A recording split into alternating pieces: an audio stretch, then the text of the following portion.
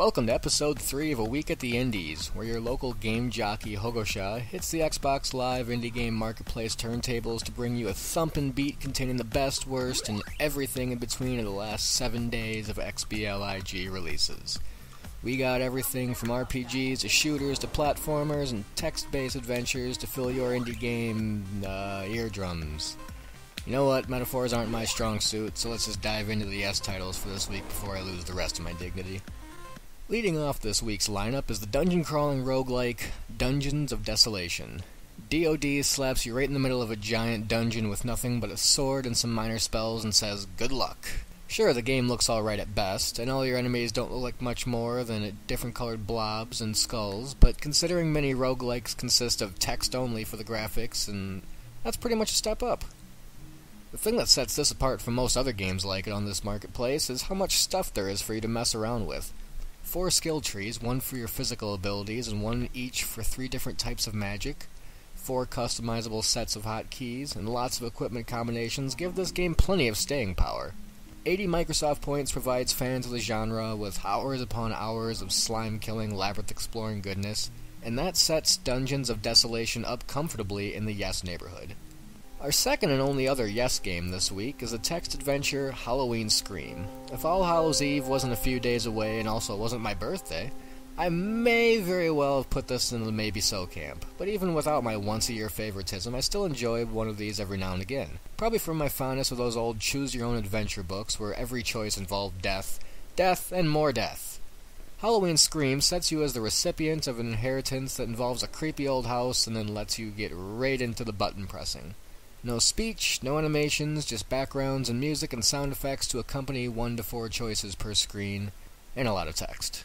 The lack of audio actually makes the game feel creepier, and even though I was pretty sure nothing was going to jump out at me, I still had a moment's hesitation going from area to area or making decisions involving instruments or large dogs. For those of you braver than I am, which probably means all of you, 80 points gives you a good Halloween-themed story for the season. Well, now that we got all the good players out of the way, let's see who's holding the team back. Oddly enough, one of those games, Piz-Ong, is by Dave Voiles, one of the masterminds behind the Indie Uprising promotions that we see every 6 months. With how much he wants the Xbox Live Indie Game Marketplace to not be filled with bad games, you think the last thing he'd put on there is a one-player game of basic Pong with subpar collision detection and no hook. And yet, here we are. In a word, no. Winning this week's award for trial where I almost got to do something within 8 minutes is Project Crossover. First off, I get motion sickness easy, so I have no patience for games that want me to complete 5 boring minutes of walk here, turn, walk back before I actually get to do something, especially when I can't remember a first-person shooter with a slower walk speed and more hills. After walking back and forth for nearly all the trial, I was finally given a gun and told to go somewhere.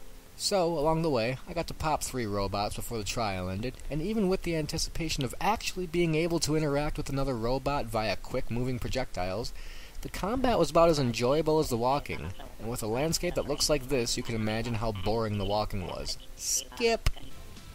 Another game that shouldn't have seen the light of day is this one, Zombie Death Survival. So, it's a survival game that kinda acts like a one-screen beat-em-up, but with a twist that you've been infected and need to constantly ward off the virus with health power-ups. The idea, though generic, could work if the game didn't do everything possible to strip away the fun. Your character moves so slow that power-ups spawning halfway across the screen are impossible to get, even if all you do is just move toward them. Zombies take like 4 shots or whacks with a baseball bat to kill, meaning if a power-up is even near you, then you probably won't get to it in time anyway if you see a zombie along the way. I mean, the game's just not fun in general, but the fact that the sole goal of the game, survival, is broken beyond belief means that the game isn't just boring or frustrating, it's straight up unplayable. And just when I thought I was done with crappy survival brawlers, along came Hypotenuse. With how much I love beat-em-ups, it hurts me deeply when people put this stuff on the console. Hypotenuse tags you in as the last hope of protecting some mystical arch thing from a horde of oncoming ninja. And by ninja, I mean blocks that have a stick attached to them.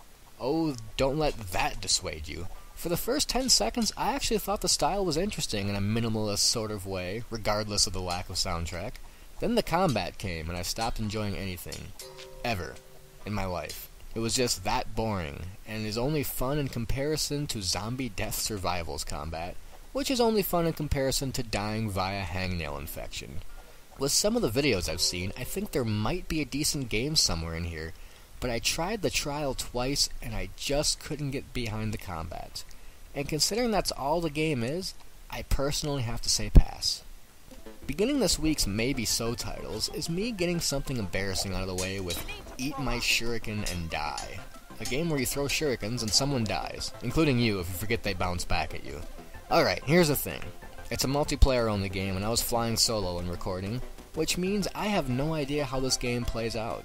So instead you get to look at all this footage of me jumping around while player 2 contemplates the meaning of life, or takes a giant knife to the face. And while I couldn't figure out what most of the power-ups did and still have misgivings about a game where the only way to defeat your opponent is by hoping something spawns nearer to you than to them, I think there just might be some fun to be had if you have some friends over and 80 Microsoft points available. I just really can't tell you one way or the other with any certainty without one or more people to play against.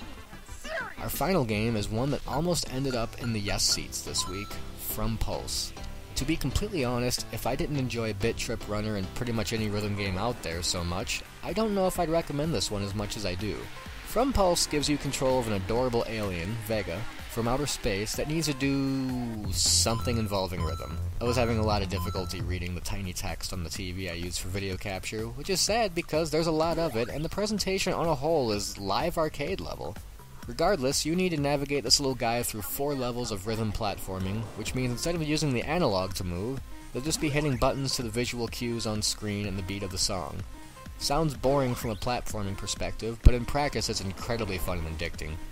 The things that count against the game are that it's really short, like 4 levels, kinda easy for anyone that has rhythm, and occasional stutters with the stage itself can eventually lead to the song being offbeat. Those few things keep the game from being a must-buy, but even here in the Maybe So section, I still urge you to give From Pulse a try. And that's a wrap for this week's Xbox Live Indie releases.